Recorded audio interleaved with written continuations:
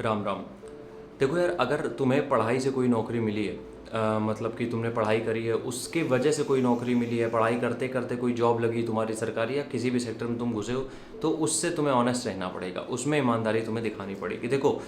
हम हमेशा इस चीज़ के पक्ष में है कि कोई अगर आदमी कुछ तुम्हें समझा रहा है, उसके अगर पैसे ले रहा है, ज़्यादा भी ले रहा है, हमें उसमें कोई दिक्कत ही नहीं है। अगर किसी कोचिंग की फीस 1-1.5 लाख रुपए है, उसमें कोई दिक्कत नहीं होती है, होनी चाहिए, क्योंकि वहाँ पे वो वैल्यूएबल कंटेंट देते हैं तुम्हें, इतनी वैल्यू ऐड करते हैं जिसके लिए उनको भी खर्चा करना पड़ता है, तो वो लेते हैं, उसमें कोई बुराई किसी तरीके की है नहीं।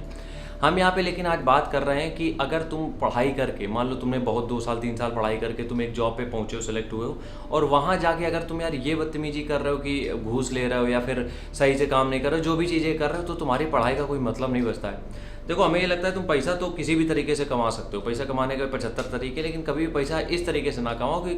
तुमसे कुछ गलत हो जाए। क्योंकि हमने बहुत से ऐसे लोगों को देखा है कि आगे जाके उनको इसका रिवॉर्ड कह रहे हैं, इसका रिटर्न भरना ही पड़ता है। एक तरीके से तुम लोन ले रहे हो, समझ रहे हो, जब तुम घूस लेते हो तो एक तरीके से लोन ले रहे हो, और जब ये लोन चुकाओगे तो वो चक्रवृद्धि ब्याज, साधारण ब्याज सब ऐड होकर देना पड़ेगा। और वो रुपए के माध्यम से नहीं देना पड़ेगा, वो अपनी घर की लोगों के माध्यम से, घर के मतलब बहुत कांड होते हैं। तो बस तुम लोगों से इतना कहना है कि ज़्यादा बड़ा वीडियो नहीं बनाएंगे, हम इसमें छोटी सी बस रिक्वेस्ट ही कर सकते हैं कि किसी भी तरीके से अगर तुम पढ़ाई से कोई भी, वैसे तो किसी कैसे भी तुम लगे हो, घूस नहीं लेनी चाहिए या फिर थोड़ा सा ऑनेस्टी रहनी चाहिए, लेकिन अगर तुम खासकर किसी भी पढ़ाई से तुमने किसी एग्जाम की प्रिपरेशन करके तुम गए हो वहाँ पे, तो फिर किसी भी तरीके की घूस या ये सब चीज़ें मत किया करो यार। क्योंकि क्या इसलिए ना किया करो, क्योंकि ये चीज़ें तुम्हें आगे जाके, ये जो लोन लिया है, आगे जाके इंटरेस्ट के साथ तुम्हें वापस करना पड़ेगा। और दिक्कत ये है कि इसके इंटरेस्ट में तुम्हारे पैसे नहीं जाते, तुम्हारे घर के लोग जाते हैं, और ये बात बिल्कुल सच है। और ये बात ना अगर सच लगे तो तुम, हम कह रहे 5 साल घूस लेते रहो, और आगे के 10 सालों में तुम्हें समझ में आ जाएगा कि तुम कहाँ पहुँचे हो, ठीक है।